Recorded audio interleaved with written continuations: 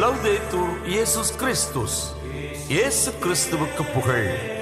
தமிழ் கூறும் நல்லுலகில் வாழும் அனைத்து அன்பு உள்ளங்களுக்கும் வத்திக்கான் வானொலியின் வணக்கம். இறைவன் உங்கள் உள்ளத்தையும் இல்லத்தையும் தன் அன்பாலும் அருளாலும் அமைதியாலும் இன்றும் என்றும் நிரப்புவாராக.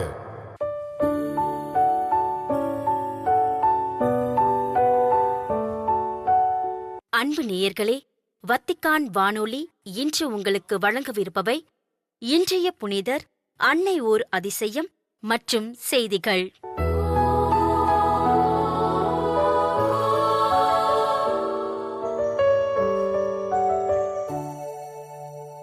இன்றைய புனிதர்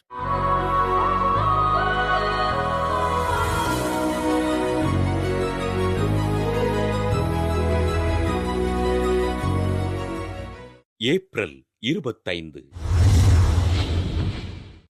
புனித மார்க்கு. 4 நற்செய்தியாளர்களுள் ஒருவரும் புனித பர்னபாவின் உறவினருமான மார்க்கு எருசலேமில் மரியா என்பவருக்கு மகனாகப் பிறந்தார். புனித பவுலோடு இணைந்து நற்செய்தி பணிக்காக சைப்ரஸ் நாட்டிற்கு சென்ற மார்க்கு விருத்த சேதனம் குறித்து பவுலுடன் ஏற்பட்ட கருத்து வேறுபாட்டினால் எருசலேம் திரும்பினார். கிபி 62ஆம் ஆண்டு புனித பவுல் கைது செய்யப்பட்டு சிறையில் அடைக்கப்பட்ட போது பவுலின் மீது அளவு கடந்த அன்பு கொண்ட மார்க்கு சிறையில் உடனிருந்து உதவிகள் செய்தார். புனித பேதுருவின் நெருங்கிய சீடரான மார்க்கு பேதுருவினை தன் தந்தையாக ஏற்றுக்கொண்டு பணிவிடைகள் செய்து அவரின் அருளுரைகளை தொகுத்து எழுதினார். ஆண்டவர் இயேசுவின் வரலாற்றினையும் அவரது போதனைகளையும் முதலில் எழுதிய மார்க்கு அலெக்சாந்திரியா நகரின் முதல் ஆயராக பொறுப்பேற்று ஆண்டவரின் பணிகளை செய்தார். புனித பேதுரு, புனித பவுல் ஆகியோருடன் வாழ்ந்து ஆண்டவரின் பணியில் பங்கு கொண்ட மார்க்கு நற்செய்தி அறிவித்ததற்காக அலெக்சாந்திரியா நகரில் கிபி 68ஆம் ஆண்டு ஏப்ரல் 25ஆம் நாள் கொலை செய்யப்பட்டு மறைசாட்சியாக உயிரிழந்தார். திருத்தூதர்களோடு வாழ்ந்து ஆண்டவரின் போதனைகளை எழுதி இறைபக்தியோடு வாழ்ந்த மார்க்குவினை திரு அவை புனிதராக உயர்த்தியது. புனித மார்க்குவின் புனித பொருட்கள் இன்னும் இத்தாலியின் வெனிஸ் நகரத்தில் பாதுகாக்கப்பட்டு வருவது குறிப்பிடத்தகுந்த ஒன்று.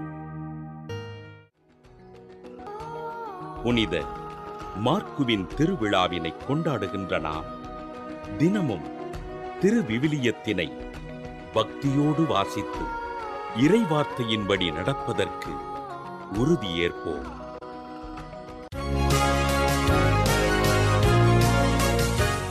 அன்னை ஓர் அதிசயம்.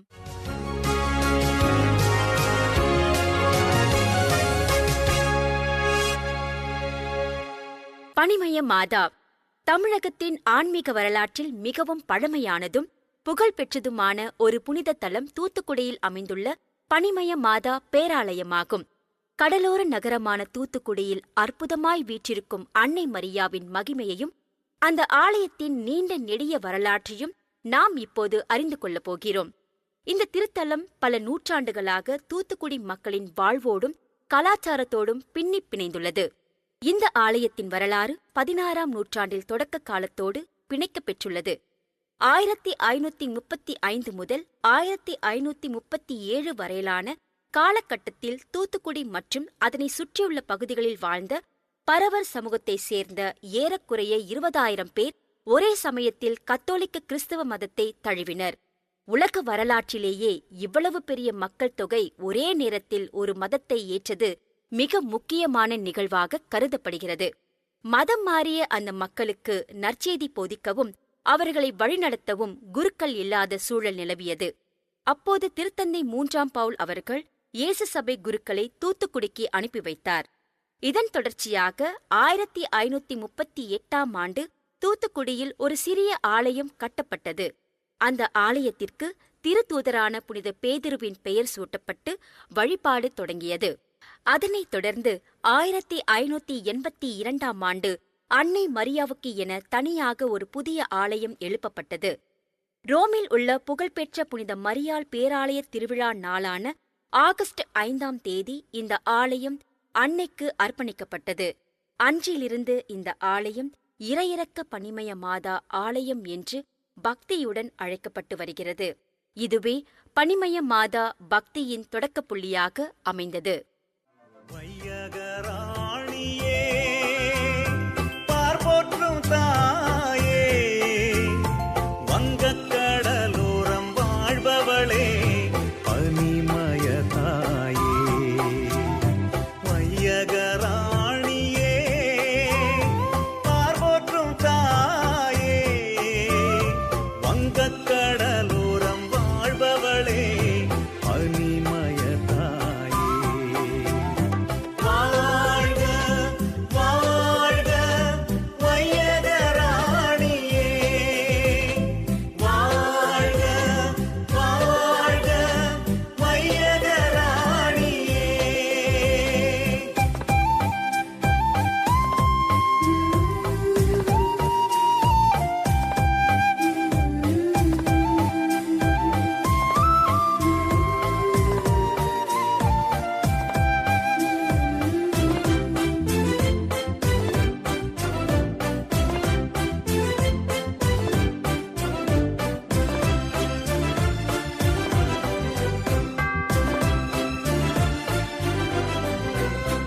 அமைதியின் அரசியே, அகிலம் ஆள்பவளே, இரக்கத்தின் இமயமே, இதயம் வாழ்பவளே.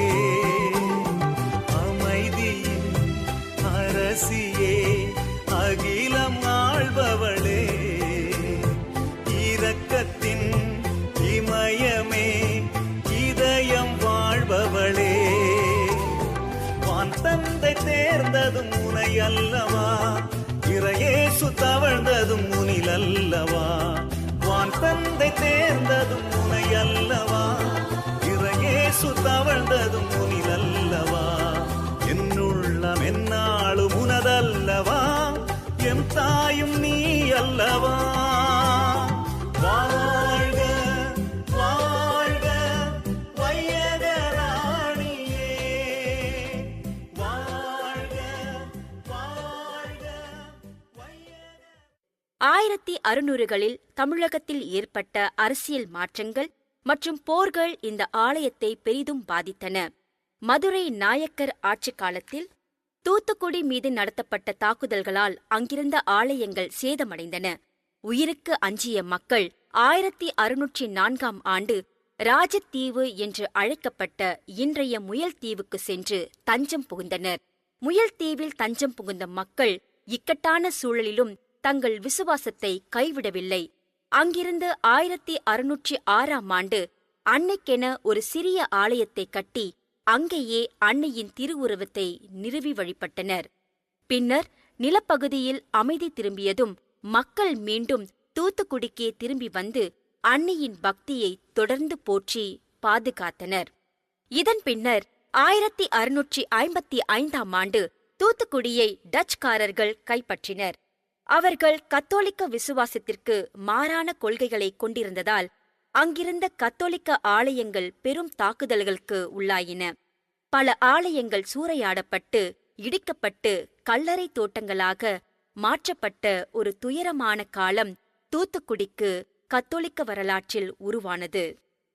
டச்சுக்காரர்களின் அடக்குமுறையால் 1695ஆம் ஆண்டு பனிமய மாதா ஆலயம் தரைமட்டமாக்கப்பட்டது. விசுவாசிகள் பெரும் கவலையில் இருந்தனர். இருப்பினும் 1699ஆம் ஆண்டுக்குப் பின் மீண்டும் இயேசு சபை குருக்கள் தூத்துக்குடிக்கு வரத் தொடங்கினர். அப்போது அருட்தந்தை விலிஜியூஸ் மான்சி என்பவர் சிதைந்த ஆலயத்தை மீண்டும் கட்டும் முயற்சியை துணிச்சலுடன் தொடங்கினார். 1707 ஏப்ரல் 4 ஒரு வியக்கத்தக்க அற்புத நிகழ்வு அரங்கேறியது. அன்று தூத்துக்குடியில் பயங்கரமான இடியுடன் கூடிய கனமழை பெய்தது. அப்போது குருவானவரின் இல்லத்தில் இடி தாக்கியதில் அங்கிருந்த பல புனிதர்களின் படங்கள் எரிந்து சாம்பலாகின. ஆனால் பனிமய மாதாவின் திருவுருவம் மட்டும் எவ்வித சேதமும் இன்றி பாதுகாக்கப்பட்டது அந்த மக்களை வியப்பில் ஆழ்த்தியது. அந்த திருவுருவச் சிலையில் லேசான கருமை நிறம் மட்டும் படிந்திருந்தது. அதனை ஒரு தெய்வீக அடையாளமாக கருதிய அருள்தந்தை மான்சி அன்னைக்கு ஒரு புதிய மாபெரும் ஆலயத்தை கட்ட உறுதி பூண்டார். அதன் விளைவாக 1712 புதிய ஆலயத்திற்கான அடிக்கல் நாட்டப்பட்டது. கட்டுமான பணிகள் மிக நேர்த்தியாக நடைபெற்றது. 1713 ஆகஸ்ட் 5 புதிய ஆலயம் அர்ப்பணிக்கப்பட்டது. காலப்போக்கில் இந்த பேராலயம் உலக புகழ் பெற்றது. 1982 இந்த ஆலயத்தின் 400வது ஆண்டு விழா மிகவும் பிரம்மாண்டமாக கொண்டாடப்பட்டது. அந்த வரலாற்று சிறப்புமிக்க ஆண்டில் புனித திருத்தந்தை 2ஆம் ஜான் பால் அவர்களால் இந்த ஆலயத்திற்கு பசிலிக்கா என்ற உரிய அந்தஸ்து வழங்கப்பட்டது. புனித திருத்தந்தை 2ஆம் ஜான் பால் அவர்களால் இந்த ஆலயத்திற்கு பசிலிக்கா என்ற உயரிய அந்தஸ்து வழங்கப்பட்டது. இன்று இது பனிமய மாதா பேராலயம் என்று உலகம் முழுவதும் அறியப்படுகிறது. இந்த திருத்தலத்தில் அன்னை மரியா எண்ணற்ற அற்புதங்களை செய்துள்ளதாக பக்தர்கள் நம்புகின்றனர். குறிப்பாக கடல் விபத்துகளில் இருந்து மீனவர்களை காக்கும் காவல் தெய்வமாக அன்னை போற்றப்படுகிறார். புயல் மற்றும் இயற்கை சீற்றங்களின் போது அன்னை தங்களை அரணாக நின்று காப்பதாக தூத்துக்குடி மக்கள் இன்றும் சாட்சி கூறுகின்றனர். ஒவ்வொரு ஆண்டும் ஆகஸ்ட் 5 நடைபெறும் திருவிழா மிகவும் கோலாகலமானது. இதற்காக உலகம் முழுவதிலும் இருந்து லட்சக்கணக்கான பக்தர்கள் சாதி மத பேதமின்றி தூத்துக்குடியில் திரண்டு அன்னையின் ஆசீர் பெறுகின்றனர். அன்று நடைபெறும் தங்கத் தேர் பவனி மிகவும் பிரசித்தி பெற்றது. குடும்பங்களின் நிலவும் மனக்கசப்புகளை நீங்கி சமாதானம் ஏற்படவும் தொழில் வளம் பெருகவும் மக்கள் அன்னையின் பாதங்களில் வேண்டுகின்றனர். பனிமய மாதா இன்றைய உலகிற்கு தரும் செய்தி மிகவும் எளிமையானது.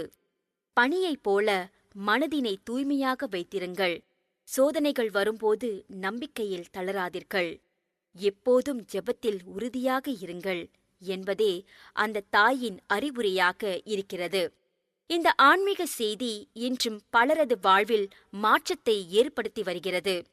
400 ஆண்டுகளுக்கு மேலான வரலாற்றைக் கொண்ட இந்த பேராலயம் இன்று நம்பிக்கையின் ஒளி வீசும் ஒரு கலங்கரை விளக்கமாக தூத்துக்குடியில் கம்பீரமாக நிற்கிறது. முடிவாக, தூத்துக்குடி பனிமய மாதா பேராலயம் என்பது ஒரு வழிபாட்டு தலம் மட்டுமல்ல, அது அன்னை மரியாவின் மாறாத அன்பிற்கும் பரிந்துரைக்கும் ஆற்றலுக்கும் ஒரு நிதர்சனமான சாட்சியாகும்.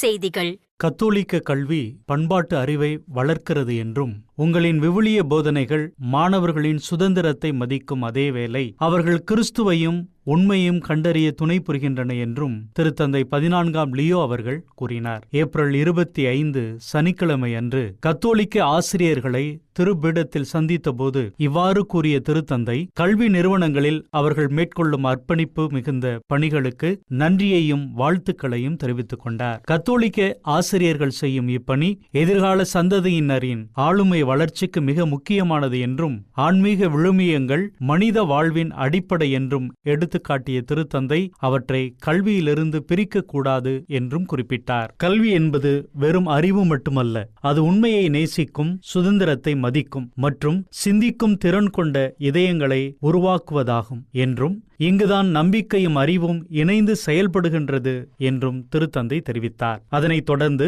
பொறுமையும் அன்பும் நிறைந்த போதனையே மாணவர்களுக்கு தேவை என்று சுட்டிக்காட்டிய திருத்தந்தை அவர்களுக்கு பதில்களை விட அக்கறையுள்ள வழிகாட்டிகளே அவசியம் என்றும் உங்களின் செயல்முறை மற்றும் ஆர்வம் மாணவர் மத்தியில் உங்களுக்கு ஒரு நம்பகமான இடத்தை உருவாக்கி தருகிறது என்றும் திருத்தந்தை குறிப்பிட்டார். முரண்பாடுகளை விட ஒற்றுமையே மேலானது என்பதற்கு இணங்க உண்மையான ஒற்றுமை என்பது வேறுபாடுகளை கடந்து மனித மாண்பினை போற்றி ஆக்கப்பூர்வமான ஒன்றை கட்டி எழுப்புவதாகும் என்று திருத்தந்தை 14ஆம் லியோ அவர்கள் கூறினார். ஏப்ரல் 25 சனிக்கிழமையன்று ஐரோப்பிய மக்கள் கட்சி நாடாளுமன்ற உறுப்பினர்களை திருப்பிடத்தில் சந்தித்த போது இவ்வாறு கூறிய திருத்தந்தை, ஐரோப்பிய கூட்டமைப்பு என்பது வெறுமனே போர்களை தடுப்பதற்கான ஒரு ஏற்பாடு மட்டுமல்ல, மாறாக நம்மிடையே நிலவும் பொதுவான மனிதநேயம், பண்பாட்டு மற்றும் ஆன்மீக விழுமியங்களை மீண்டும் கண்டடைவதற்காக உருவான ஒரு உன்னத திட்டமாகும் என்று கூறினார். தொடர்ந்து அரசியல் என்பது பொதுநலனை முன்னிறுத்திய ஒரு சிறந்த லட்சியத்தை வழங்க வேண்டும் என்றும் அது அனைத்து மக்களுக்கும் சேவை செய்யும் போது அன்பின் மிக உயர்ந்த வடிவமாக போற்றப்படுகிறது என்றும் திருத்தந்தை குறிப்பிட்டார். அரசியல் என்பது ஒரு குறுகிய சித்தாந்தமாக மாறிவிடக்கூடாது. ஏனெனில் சித்தாந்தங்கள் யதார்த்தத்தை திசை திருப்பி காலப்போக்கில் சுதந்திரத்தை நசுக்கிவிடும் என்றும் அரசியல் எப்போதும் தனிமனித மாண்பையும் மனிதர்களையுமே தமது மையமாக கொண்டு இயங்க வேண்டும் என்றும் திருத்தந்தை அவர்கள் கேட்டுக்கொண்டார். கருவில் உருவானது முதல் இயற்கை மரணம் வரை ஒவ்வொரு உயிரும் புனிதமானது என்றும் அது பாதுகாக்கப்பட வேண்டும் என்றும் வாழ்வுரிமையே அனைத்து மனித உயிர்களுக்கும் அடிப்படை. எனவே மனித மாண்பை மதிக்கும் சமூகமே உண்மையான வளர்ச்சி பெற்ற சமூகமாகும் என்றும் திருத்தந்தை 14ஆம் லியோ அவர்கள் கூறினார். ஏப்ரல் 24 வெள்ளியன்று இலினோய் மாநிலத்தின் மரண தண்டனை ஒழிக்கப்படுவதன் 14ஆம் ஆண்டு நிறைவை குறிக்கும் வகையில் சிகாகோவில் உள்ள டிபால் பல்கலைக்கழகத்தில் கூடியிருந்தவர்களுக்கு வழங்கிய வீடியோ செய்தியில் இவ்வாறு திருத்தந்தை கூறினார். ஒருவர் கடுமையான குற்றம் செய்திருந்தாலும் அவர் தனது உள்ளார்ந்த மனித மாண்பை இழப்பதில்லை என்றும் தண்டனை என்பது ஒருவரை திருத்தி நல்வழிப்படுத்துவதாகவே இருக்க வேண்டுமே தவிர உயிரை பறிப்பதாக இருக்கக்கூடாது என்று குறிப்பிட்டார் திருத்தந்தை. எனவேதான் மரண தண்டனை மனித மாண்பிற்கு எதிரானது என்பதால் அது முற்றிலும் தவிர்க்கப்பட வேண்டியது என திரு அவை வலியுறுத்துகிறது என்றும் சுட்டிக்காட்டினார். பிற கிறிஸ்தவ சபையினரிடம் உள்ள கிறிஸ்துவின் நற்பண்புகளை உயிரை தியாகம் செய்யும் அளவு அவர்கள் பகிரும் விசுவாச சாட்சியத்தையும் போற்றுவது முறையானது என்று ஒற்றுமையை மீண்டும் நிலைநாட்டுதல் என்ற ஆவணம் கூறுகிறது என்று கர்தினால் கோர்ச் அவர்கள் கூறினார். ஆர்மீனிய கிறிஸ்தவர்களின் விசுவாச சாட்சியத்தை நினைவு கூறும் வகையில் இடம்பெற்ற ஒரு சிறப்பு ஜெப வழிபாட்டின் போது இவ்வாறு கிறிஸ்தவ ஒன்றிப்பின் திருப்பீடத்துறையின் தலைவர் கர்தினால் கோர்ச் அவர்கள் கூறினார். மேலும் கிறிஸ்தவர்கள் அனைவரும் தூய ஆவியாரால் ஒருமித்த ஒற்றுமையில் இணைக்கப்பட்டுள்ளனர் என்பதை லூமின் ஜென்டியம் ஆவணம் அங்கீகரிக்கிறது என்று எடுத்துக்காட்டிய கர்தினால் கோர்ச் அவர்கள் கடந்த நூற்றாண்டின் தொடக்கத்தில் ஆர்மீனிய கிறிஸ்தவர்கள் சிந்திய இரத்த சாட்சியத்தை நினைவு கூற நாம் இங்கே கூடியுள்ளோம் என்று குறிப்பிட்டுள்ளார். எருசலேமின் லத்தீன் வழிபாட்டு முறையின் முதுபெரும் தந்தை இல்லத்தின் அறக்கட்டளைத்துறை திரு அவைக்கு சொந்தமான நிலங்களில் அண்மையில் குடியேறியிருப்பவர்கள் மேற்கொண்ட அத்துமீறல்களை குறித்து கலந்து ஆலோசிக்க ஏப்ரல் 23 வியாழனன்று தயாசீர் மற்றும் ஹமாம் இல் மலே ஆகிய இடங்களில் இராணுவ மற்றும் குடிமை சமூக அதிகாரிகளுடன் ஒரு கள ஆய்வை மேற்கொண்டுள்ளனர். இந்த சந்திப்பின் போது உள்ளூர் மக்கள் மீதான தாக்குதல்களும் மற்றும் முதுபெரும் தந்தை இல்ல நிலங்களுக்கு ஏற்பட்ட சேதங்கள் குறித்து அறக்கட்டளைத்துறை அதிகாரப்பூர்வ புகாரை அளித்துள்ளது.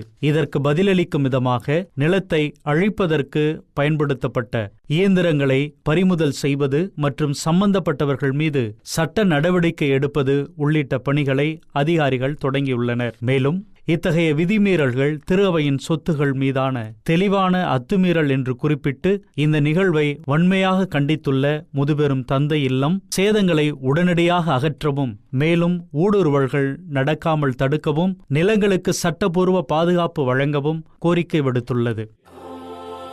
இத்துடன் வத்திக்கான் வானொலியின் தமிழ் ஒளிபரப்பு நிறைவு பெறுகிறது. உங்கள் செவிமடுத்தலுக்கு நன்றி. தொடர்ந்து வத்திக்கான் வானொலியுடன் இணைந்திருங்கள். இறையாசிர் பெறுங்கள்.